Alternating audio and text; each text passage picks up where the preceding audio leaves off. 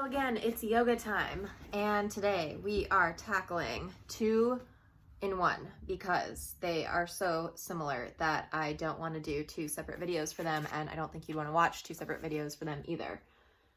You can see one of the poses. The first one is where the hands are, well, I should say the fingers are grasping the toes, and the other one is where the feet are standing on the hands. The first one is Padangusthasana because Pada means foot, Angusta is the big toe. So the posture is done by standing and catching, as he says, the big toes. The second one is Padahastasana. You'll remember that hasta means hand, so that's the one where you're standing on your hand. Pada means foot, hasta means the hand. The posture is done by bending forward and standing on one's hand. It doesn't really hurt, actually, even though that does not sound pleasant when I read it out loud like that. So let's start with Padangusthasana. 3 stars out of 60. For some reason, Padahastasana is 6 stars out of 60, which is double. Okay, interesting. It's because it takes, you have to be able to bend even closer to your legs and closer to the floor to get your whole hand underneath your foot.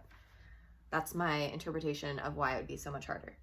So technique, stand in Tadasana, spread the legs a foot apart.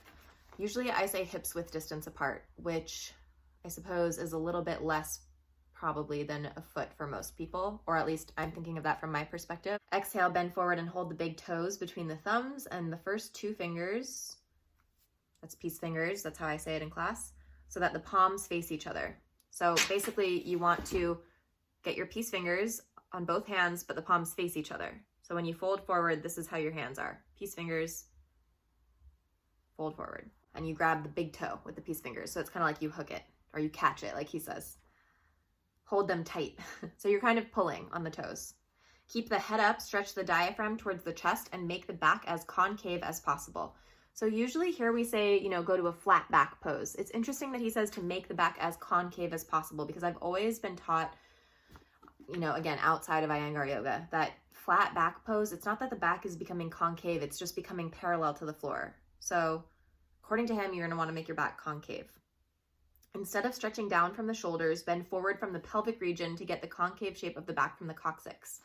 Basically, you don't want to be folding at your waist, which is higher up here. You want to be folding at your hips. Keep the legs stiff and do not slacken the grip at the knees and toes.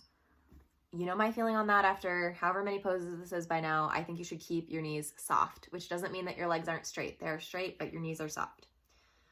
Take 1 or 2 breaths in this position, so in this halfway lift position.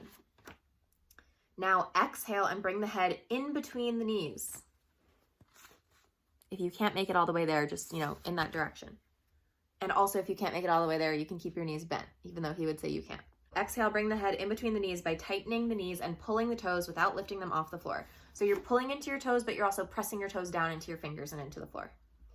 Remain in this pose for about 20 seconds, maintaining normal breathing. Inhale, come back to flat back, release the toes, and stand up. Return to Tadasana.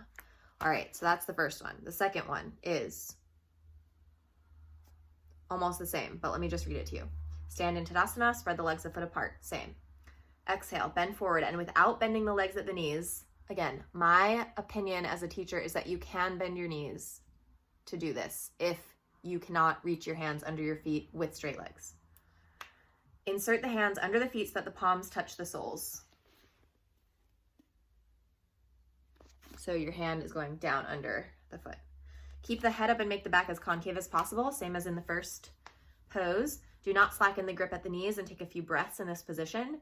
Now exhale and move the head in between the knees, same thing as before, by bending the elbows. So here, your hands are gonna be under your feet like this, right? Okay, so they're straight at first, and then you're gonna pull yourself down by bending your elbows. You'll see when I demo it in a second. Stay in the pose for about 20 seconds with normal breathing. Come back out, the same way that you came in. Effects of Padangusthasana and Padahastasana. The second asana is more strenuous than the first, but the effects of both are the same.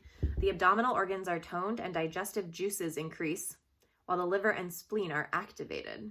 I think they're always active, so I don't know what that means, but again, I'm not a doctor, obviously. Persons suffering from a bloating sensation in the abdomen or from gastric troubles will benefit by practicing these 2 asanas. Slipped spinal discs can only be adjusted in the concave back position. Do not bring the head in between the knees if you have a displaced disc.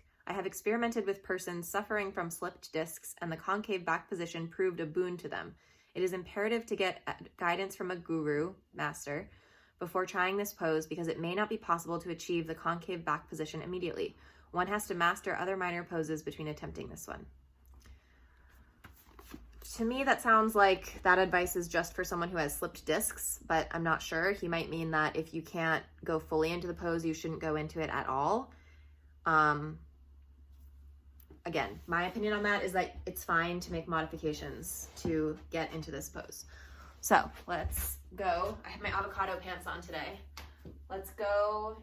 I'm trying to decide which is the best way for you to see this. I think from the side. First, I'll just show you that I'm going to stand with my feet about a foot apart. I imagine a ruler. So for me, that's like a little bit more, I'd say, than hips width distance apart, but that's fine. I'll do it according to his specifications. And we're starting in Tadasana, which means, you know, really thinking about the way that you're standing. That goes back to our first ever video. So standing really intentionally. I'm going to reach down with my 2 peace fingers, palms facing together. I'm going to grab my 2 big toes, and I'm going to step on my fingers. So I'm pressing down through that big toe. And I'm also going to start to pull on my toe. And I'm going to try to make my back as concave as possible. I already feel a pretty big stretch in the backs of my knees here. He says to keep your knees super straight. So I'm just trying to follow his advice right now. Okay, and then after this, get your head down between your knees. From looking at it, it looks like my knees are actually kind of bent, even though they feel straight. Okay, and then from here you come out the same way. Release the fingers, back to Tadasana. All right, so that's Padangusthasana. Let's do Padahastasana. Step your feet. I'm gonna actually do it this way, I think is more clear for Padahastasana. Feet about a foot apart. From Tadasana to feet about a foot apart. I'm gonna reach down and I'm gonna step on my palms. So the backs of my hands are on the ground and I'm stepping my toes right up to my wrist creases. I'm gonna inhale and try to concave my back. And I'm gonna exhale and pull my head between my knees by bending my elbows out to the side. And I'm pressing my feet into my hands and I'm kind of pulling myself down by bending my elbows. Then come out the same way. And back to Tadasana.